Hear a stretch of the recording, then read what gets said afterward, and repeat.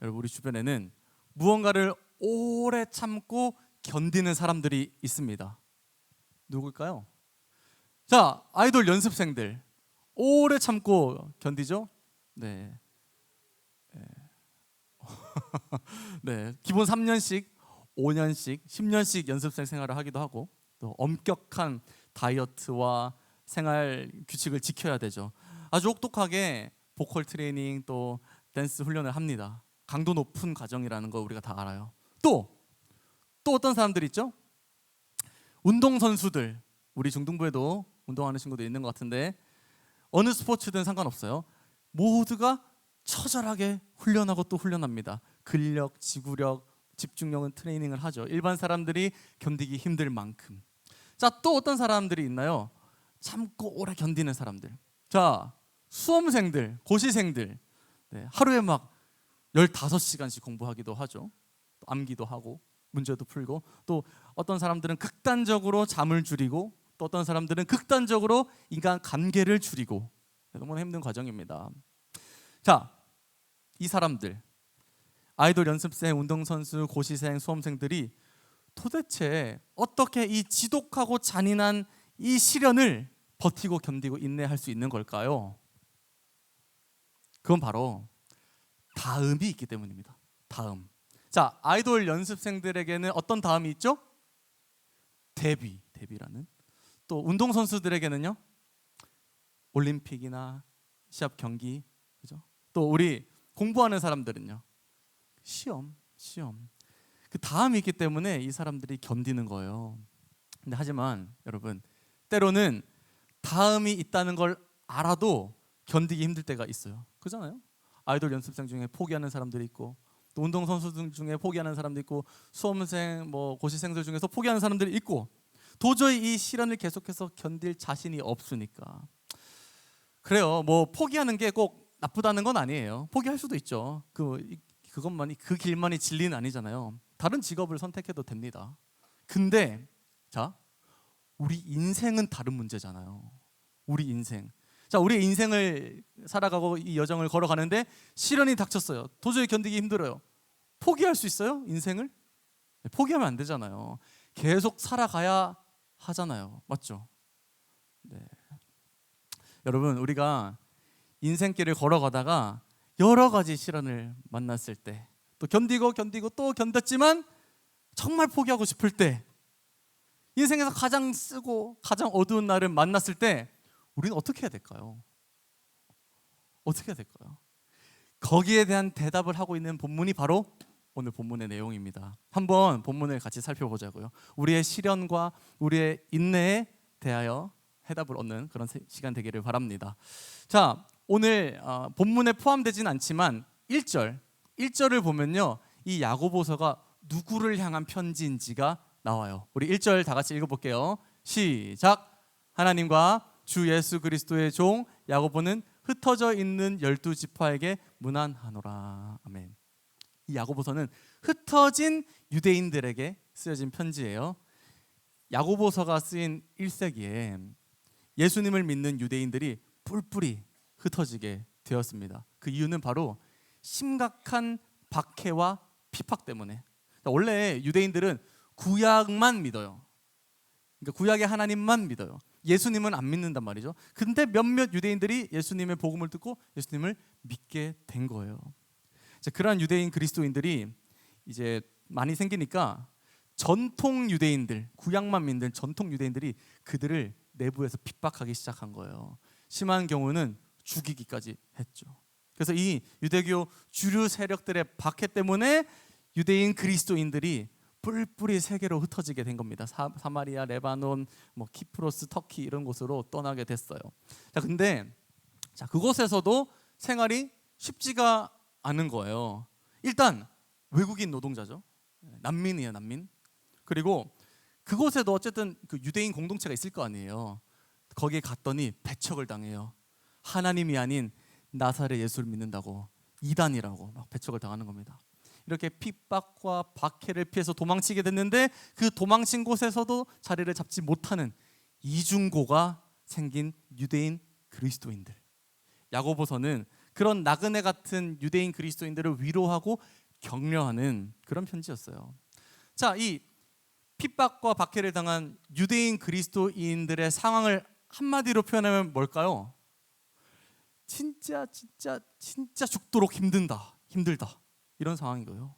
네, 그래서 보세요. 진짜 죽도록 힘든 사람에게 상식적이라면 야고보서는 이렇게 시작을 했어야 돼요. 여러분 많이 힘들죠? 괜찮아요. 잠깐 쉬어가도 돼요. 이렇게 했어야 됐잖아요, 상식적으로는. 근데 그렇지 않아요. 오늘 본문은 이렇게 시작합니다. 자, 같이 읽어볼게요. 시작.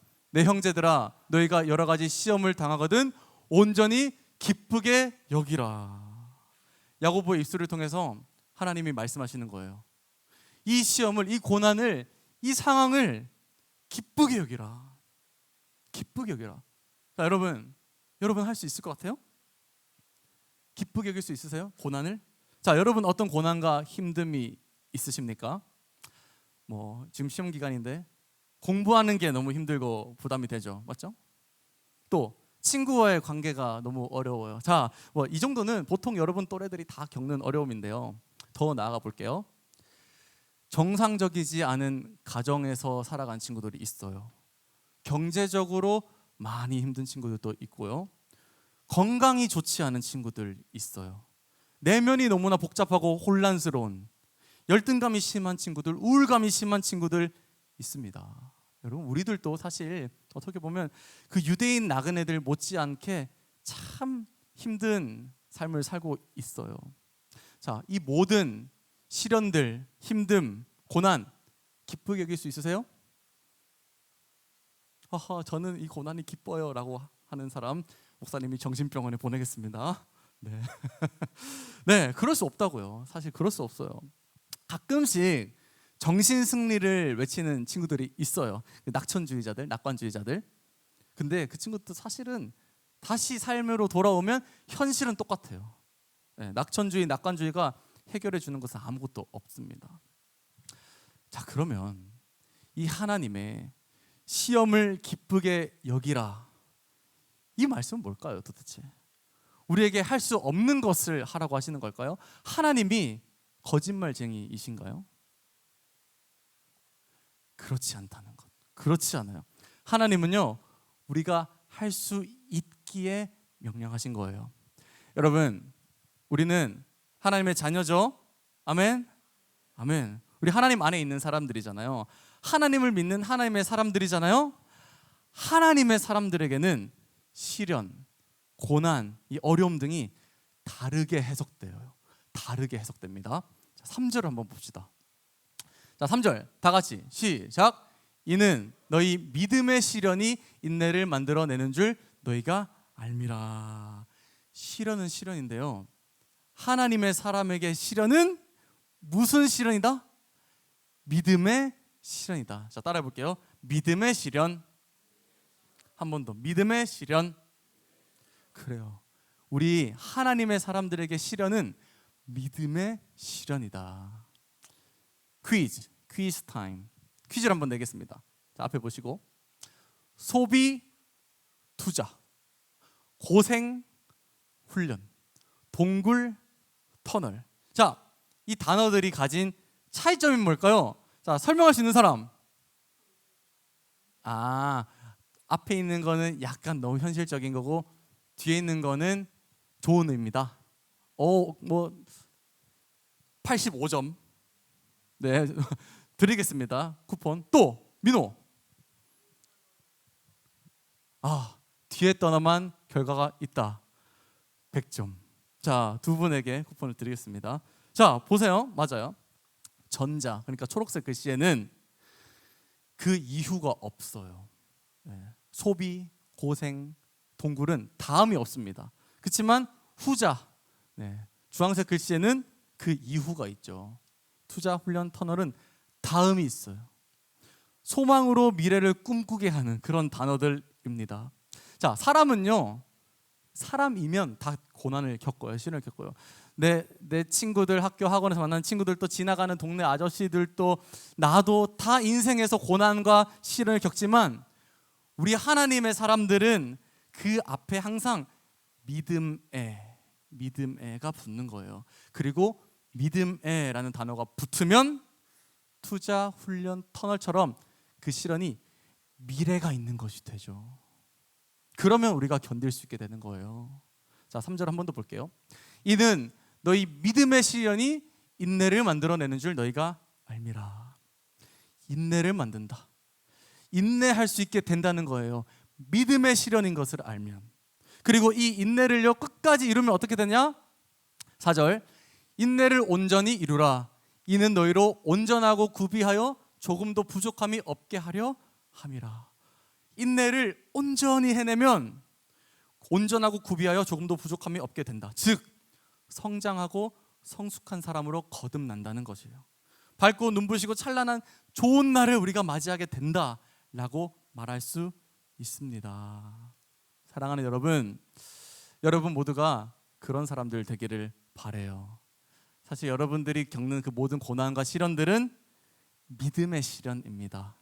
그것을 알아채면요 잘 인내하고 성장할 수 있게 돼요. 여러분 그런 날 있죠. 하루를 아주 대차게 망친 날. 그런 날 있잖아요. 하필 그런 날은 날씨도 막 꾸리꾸리해요. 내 인생은 도대체 왜 이런 걸까? 막 처량한 마음이 들고 울적한 날. 근데 사실 여러분 그 울적함은 믿음의 울적함입니다. 자, 또 학교에서 관계가 많이 힘들 거예요, 여러분. 친구가 없는 친구들도 있을 거고요. 그 누구도 내 존재를 몰라주는 것 같을 때 너무 큰 외로움을 느끼죠. 사실 믿음의 외로움입니다. 또 말 못할 마음의 상처와 아픔, 분노 같은 것들이 막 불덩이 같이 들어있는 친구들도 있을 거예요. 그 상처도 사실 무슨 상처일까요? 믿음의 상처입니다. 믿음의 상처. 여러분이 하나님의 자녀, 하나님의 사람인 여러분이 모든 사건들 앞에 믿음에가 붙어 있다는 것을 알면요 견딜 수 있어요. 인내할 수 있어요. 그리고 그 인내를 통해서 성장하게 될 줄 믿습니다. 아멘. 아멘. 아멘입니다. 아멘. 정말 그렇게 되기를 목사님이 축복해요. 근데 사실 대부분의 신앙인들 있잖아요. 우리 교회를 꽤나 다녔다고 하는 사람들은 이 법칙을 다 알아요, 사실은.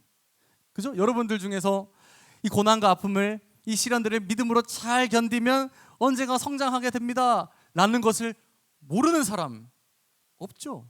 다 알잖아요, 사실은. 그리고 꼭 이 성경 같은 데가 아니어도 우리는 여러 가지 동화나 이야기 통해서 알게 돼요. 자, 토끼와 거북이 이런 것들 통해서도 잘 견뎌내면 잘 견뎌내면 좋은 날이 오는구나. 또 아기 돼지 삼형제 같은 것들도 잘 참으면 좋은 날이 오는구나. 우리가 이걸 모르는 게 아니에요. 모르는 게 아니에요. 다만 그 시련을, 그 역경을 견뎌내는 그 순간만큼은 너무 고통스러워가지고 포기하는 거잖아요. 주저앉는 거잖아요. 그 앞에 붙는 믿음에가 안 보이는 거잖아요. 정말 과연 우리 중에 누가 시험을 당할 때 그것을 기쁘게 여기면서 묵묵히 나아갈 수 있겠어요? 우리는 그런 사람들이 못 됩니다. 우리는 그런 사람들이 아니에요. 우리는 알아도 하지 못해요. 아는데도 하지 못하는 걸 뭐라고 할까요? 다 알면서 그렇게 안 하는 걸 뭐라고 할까요? 어리석다라고 하죠. 지혜가 부족하다고 하죠. 다 아는데 못하는 걸 어리석다, 지혜가 부족하다라고 해요. 하나님께서는 우리가 이럴 줄 미리 아셨던 것 같아요. 우리가 시련을 믿음으로 잘 견뎌서 성장한다는 걸 머리로는 알지만 잘 하지 못할 줄을 아셨던 것 같습니다. 우리가 어리석고 지혜가 부족한 사람인 줄 하나님 이미 아셨던 것 같아요. 그래서 오늘 2절부터 4절까지의 믿음, 시련, 인내 이런 성장 이야기들을 다 하신 후에 5절의 끝으로 이런 말씀을 붙이십니다. 5절 우리 같이 한번 5절을 읽어볼게요. 시작. 너희 중에 누구든지 지혜가 부족하거든 모든 사람에게 후히 주시고 꾸짖지 아니하시는 하나님께 구하라. 그리하면 주시리라. 아멘. 이런 말씀이에요. 얘들아, 안다고 해서 살아내는 게 쉽지 않지? 그럴 때마다 자꾸만 주저앉고 싶고 포기하고 싶을 때마다 나를 바라보렴. 그럼 다시 할 수 있단다. 이런 말씀이세요. 여러분, 우리 하나님을 바라보면 다시 인내하고 다시 일어서고 다시 걸어갈 수 있을 줄 믿습니다. 아멘. 아멘. 하나님 어떤 분이세요? 하나님은요, 말로만 하시는 분이 아니에요. 여러 가지 시험을 당하거든 온전히 기쁘게 여겨라 이렇게 팔짱을 끼고 말로만 하시는 분이 아니라고요. 좀 더 과장해 볼까요? 좀 더 과장하자면 비웃으시면서 너희 그거밖에 안 되니? 꾸짖으시는 분이 아니에요. 오히려 돌풍같이 우리 삶에 뛰어들어오셔서 번개같이 우리 삶에 임하셔서 우리와 함께 그 아픔을, 그 실패를, 그 무너짐을, 그 허망함을 겪어내신 분입니다. 왜 하나님을 바라보면 시련 속에서도 기뻐하며 인내하며 다시 일어날 수 있는 걸까요? 그 이유는 하나님이 시련이 무엇인지, 고통이 무엇인지, 그것을 인내한다는 것이 무엇인지 아시는 분이라서 그러세요. 하나님은 계속 참아오셨습니다. 자신을 닮은 첫 사람을 만들었어요. 그들이 죄를 짓고 하나님 떠날 때도 참으셨고요. 그 인간들이 나가서 하나님과 같아지겠다고 탑을 세웠을 때도 참으셨고요. 그 하나님의 나라인 이스라엘이 우상 숭배에 물들어서 멸망의 길을 갈 때도 참고 인내하셨습니다. 그리고요, 하나밖에 없는 아들이 십자가에서 조롱당하고 수칠당하고 찢길 때도 참으셨어요. 모든 시련과 아픔을 기쁨으로 참으며 인내하셨습니다. 하나님은 포기하지 않고 끝까지 인내하셨습니다. 인내를 아시는 분이셨어요. 그리고 그 오랜 인내를 통해서 이것을 이루어내셨죠. 바로 우리의 구원. 하나님의 자녀들이 영원한 절망과 영원한 허무와 영원한 죽음의 운명으로부터 벗어나게 하는 구원을 이루셨습니다. 하나님의 오래 참음 덕분에. 이분이 바로 하나님이에요. 그래서 이분을 바라보면 우리가 다시 한 번 더 참을 수 있게 되는 거예요. 온 땅의 주인이시고 만물의 창조자이신 하나님이 왜 참으셨을까요? 왜 저렇게 처절하리만큼 참으셨을까요? 우리를 사랑하니까. 원래 사랑하면 참게 되거든요. 그래서 우리도 하나님을 바라보면, 그분이 우리를 얼마나 사랑하셨는지를 바라보면 우리도 다시 나아갈 수 있게 되는 것입니다. 우리의 시련이 믿음의 시련인 것을 기억하고 인내를 온전히 이루어서 눈부신 성장의 자리까지 나아갈 수 있게 되는 것입니다. 이 인내 끝에, 우리의 인내 끝에 죽기까지 인내하시고 참으셨고 우리를 너무나 사랑하신 그 주님을 만나게 되는구나 생각하면서 나도 주님을 사랑하기 때문에 참겠노라, 인내하겠노라 결단하게 되는 거예요. 사랑하는 여러분, 어떤 시련을 당하고 계십니까? 인생의 가장 어두운 순간이세요 지금? 가끔 막 미친 듯이 밖에 나가서 으악 소리를 지르고 싶으세요? 하나님은요, 그때 좀 더 참아봐 무책임하게 말씀하시는 분이 아니에요. 오히려 너 지금까지 참 잘 참았다, 힘들었지? 그래 다시 해보자, 나를 좀 봐주지 않겠니? 하시는 분이십니다. 나와 함께 이 길을 걸어가자꾸나. 사랑하는 여러분, 우리의 시련은요, 우리의 인내는요 동굴과 같지 않아요. 이 길은 언젠가 통과할 터널입니다. 먼저 가신 주님이 그 길의 끝에서 우리를 두 팔 벌려 기다리고 계세요. 우리 계속해서 갈 수 있습니다. 견디기 힘든가요? 포기하기 직전인가요? 아니면 이미 포기하고 넘어지셨나요? 다시 하나님을 바라봅시다. 그렇게 다시 일어나서 하루만 더, 한 달만 더, 1년만 더 살아내 봅시다. 반드시 좋은 날이 올 거예요. 이 믿음으로 삶을 살아가시는 여러분들 되기를 축복합니다. 목사님의 한마디, 하루만 더, 한 달만 더, 1년만 더 좋은 날이 올 거야. 아멘.